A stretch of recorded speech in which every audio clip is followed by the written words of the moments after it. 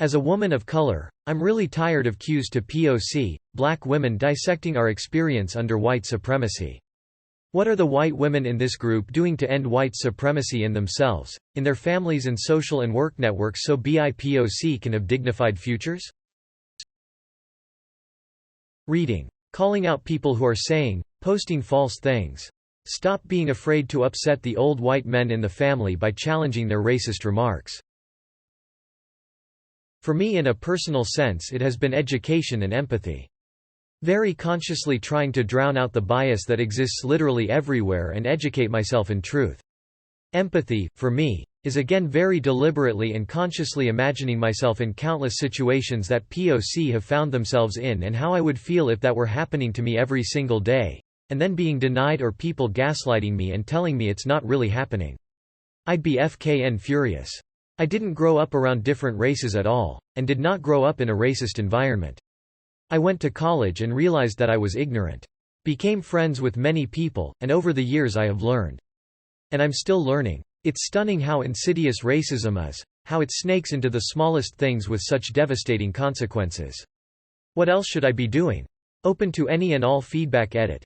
I think what I was really trying to say at the beginning about drowning out bias is I think for myself instead of just taking whatever I'm being told by biased people or sources. No one asked, but I wanted to elaborate.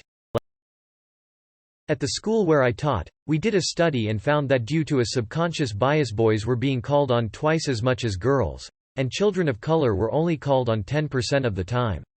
So we instituted a school-wide program to randomize who got called on in class. When I changed schools, I took the program with me to my new school and convinced several other teachers to use it. Right out of law school, I turned down a much higher-paying job to work for a civil rights not-profit. All through college, I volunteered at an after-school program that specifically served students of color. I call out racism when I hear it from friends and family. I donate to causes that help move society towards social equality. I listen when POC talk. Is it enough? Right now it sure doesn't feel like it. I personally don't do shit. I speak up about it on social media. I sign petitions. I call people out for racism online. I rarely ever hear racist remarks in real life, but I speak up if I do. I just don't see what else I can do. I can't join protests. I can't stop cops. I can't discipline racists that I don't encounter. I try to consider racial issues when I vote for someone, but my country is overall so different from the US that doing something is just difficult. Doing a lot of listening, not talking or asking questions that I can do my own legwork on. Trying to amplify and not equivocate my own statements. Letting black friends know I'm here for whatever they need. Not sharing how I feel because that's not relevant right now. Not content to be considered non-racist. That's lazy and complicit because it's silence. Trying to be actively anti-racist. Trying to call folks out on their bullshit. I wish someone can answer how we can resolve all of this because they shot Martin Luther King Jr. for his peaceful protests. They also shot Malcolm X for his militant views and actions. So now what? People keep complaining about rioting and looting and violence and this and that, but no one has given an answer or even the first step to end this vicious cycle once and for all. This diffusion of responsibility is ridiculous. And I believe everyone, even myself, is guilty of that. We say, oh, the government needs to do something. Oh, it should be the politicians fixing this. It should be the black community fixing this. It should be the white community fixing this. But look where we are. I am saddened by all of this, believe me. I'm Latina but considered light-skinned. I have checked my privilege. Has anyone else? I have suffered discrimination, but definitely not as much as someone darker than me would have. I promise you I wouldn't be where I am in life if not for my skin color, and I am a minority saying this because sadly, this colorism also is very prevalent in our own Latin cultures. Shouldn't we be ashamed that this grave injustice has finally opened up everyone's eyes? This is a flag I've been waving for a while already, but I've been in the beauty industry for 11 years and I still can't understand why the cosmetology curriculum is 99% European-based.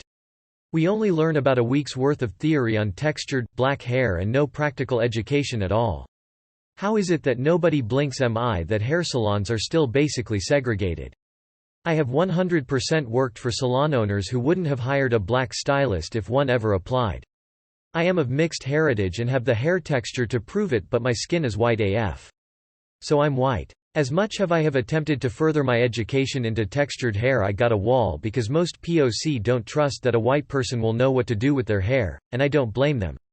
This is systematic racism straight down from state legislation allowing state-controlled licensing systems to totally ignore a huge chunk of the population. I'm sick of it. It's bullshit. Black hair matters. Our education needs an overhaul. Thanks for coming to my TED Talk, S. I totally get it, Op. I'm tired of people assuming I can be a spokesperson for my race and gender as well. Wouldn't hurt the majority to do some research themselves instead of relying on POC to educate them. For me, it's exhausting.